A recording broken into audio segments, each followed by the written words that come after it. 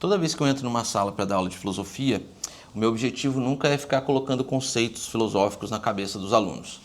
Porque para mim uma aula expositiva padrão de filosofia ou uma aula expositiva tradicional de qualquer disciplina já caiu em desuso, principalmente de filosofia e ciências sociais em geral, onde os alunos sempre ficam com aquela ideia de o que eu vou fazer com isso, o que isso vai servir para a minha vida. Eu tento, dentro das aulas de filosofia, mostrar como a filosofia é funcional, como eles podem colocar em prática tudo que eu estou falando na vida deles. Eu tento mostrar para eles que a filosofia cabe no cotidiano deles, que você tem que pegar aquilo que os filósofos antigos falaram e dar alguma função para aquilo na sua vida. E quando a gente consegue pegar um conceito abstrato e colocar na vida prática, é o que eu costumo chamar de transcendência. E eu estou falando isso porque essa semana aconteceu uma coisa muito interessante. Eu estou lendo esse livro aqui, A Caverna, do José Saramago. Estou lendo normalmente como hobby de leitura, não estava procurando nada nele. E na página 84 surgiram palavras que me chamaram muito a atenção.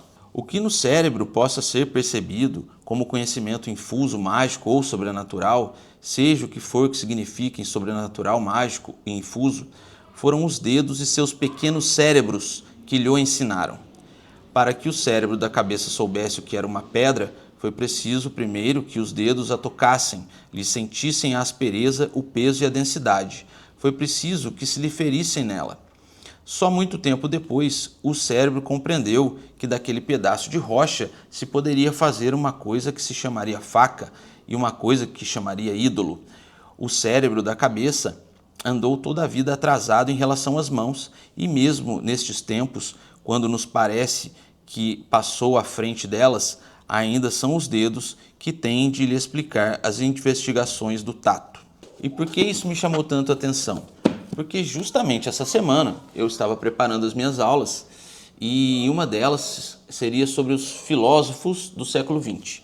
Dentre eles está o Maurice Merleau-Ponty, que diz o seguinte na filosofia dele, que o corpo participa das experiências do mundo, assim como o cérebro. A mente não é uma coisa que observa o mundo de fora, o corpo participa. E o que o livro do Saramago estava dizendo? Que, primeiro, houve o toque humano, o contato, a experiência humana.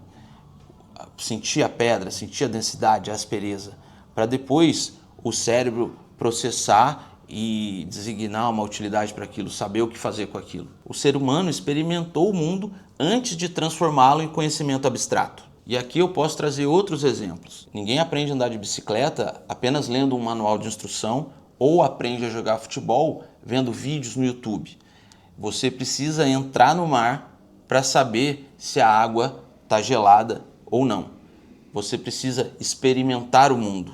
E isso faz uma conexão direta com o que o Merleau-Ponty fala. Ele fala que não somos uma mente observando o mundo pelo lado de fora. O nosso corpo participa da experiência do mundo. Eu não estou dizendo que o Saramago estava explicando o conceito filosófico do Merleau-Ponty.